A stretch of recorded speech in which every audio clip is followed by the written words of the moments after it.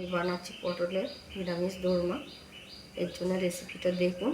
আমি পটলটা প্রথমে রেডি করে নেব। পটল নিয়েছি, আপনারা যেমন খাবেন সেই বুঝে নেবেন। আমি প্রথমে এইভাবে কেটে নেব পটলটা একটু চেঁচে নেব।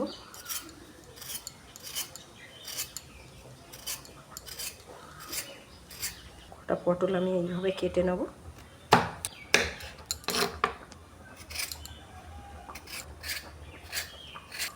আমার চেঁচে নেওয়া হয়ে গেছে। এবার আমি একটা চামচ নেব, নিয়ে এই দানাগুলো আস্তে আস্তে ভেতরে বীজগুলো আমি গোল করে বার করে নেব। পুরটা ভরতে আমার সুবিধা হবে। এরকম আস্তে আস্তে চামচের পেছন দিক দিয়ে বীজগুলো বার করে নেব।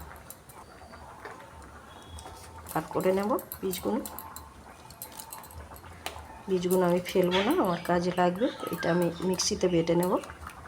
আপনারা চাইলে শিলেও বেটে নিতে পারেন।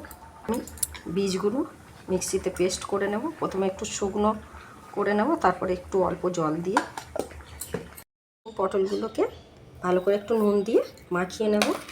ভেতরে একটু করে নুন দিয়ে দেবো আমি, নুনটা ভালো করে ঢুকবে নেব। তার জন্য কড়াইয়ে আমি তেল দিয়ে দিলাম। গুলো ভেজে নেব, কড়াইয়ে দিয়ে দিলাম। বেশি লাল করবো না, আমি নিরামিষভাবে বানাচ্ছি। লাল করবো না, সামান্য গায়ে একটু এরকম অল্প একটু ব্রাউন কালার হলে তুলে নেবে। ফোড়নে দেবো গোটা জিরে, কাঁচা লঙ্কা, পটলের পুরটা আমি দিয়ে দিলাম। হলুদ গুঁড়ো, ধনে গুঁড়ো অল্প একটু, লঙ্কা গুঁড়ো অল্প, একটু ছানা রেখেছিলাম দিয়ে দিলাম।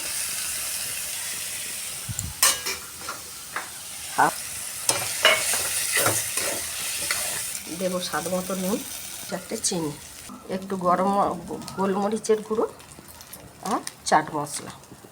এর মধ্যে দেবো 1 চামচ ছাতু। তো আমার রেডি হয়ে গেছে, আমি নামিয়ে নেব। পুরটা ভরে নেব এইভাবে।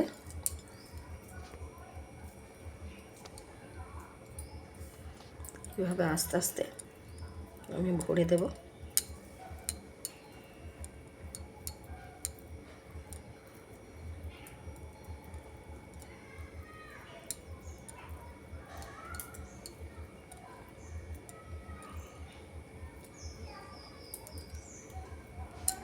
ভরা হয়ে গেল। এবার এর মধ্যে আমি এই মুখটা দিয়ে একটা টুথপিক দিয়ে এইভাবে সিল করে দেব।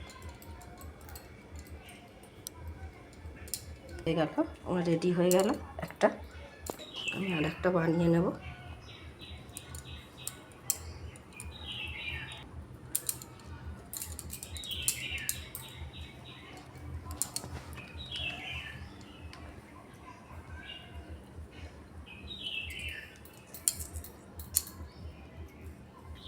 আমার আর একটা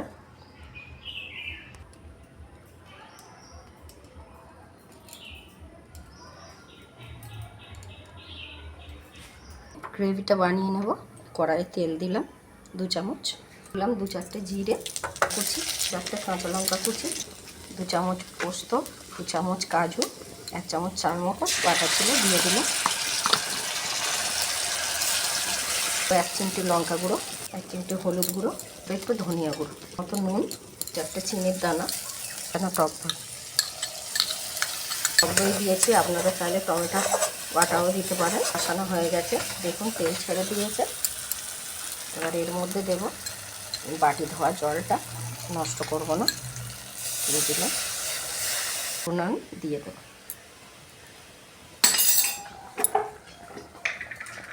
এর মধ্যে এবার আমি দেব একটু ঘি দিয়ে দিলাম। ভাবে বানাবেন বন্ধুরা, নিরামিষ দিনে দারুণ খেতে হয়। আচ্ছা বন্ধুরা, আজকের রেসিপি পটলের দোরমা নিরামিষ কেমন লাগলো বন্ধুরা কমেন্টে জানাতে ভুলবেন না। ইউটিউব থেকে দেখলে সাবস্ক্রাইব করবেন, ফেসবুক থেকে দেখলে পেজটাকে ফলো করে পাশে থাকবেন। ধন্যবাদ।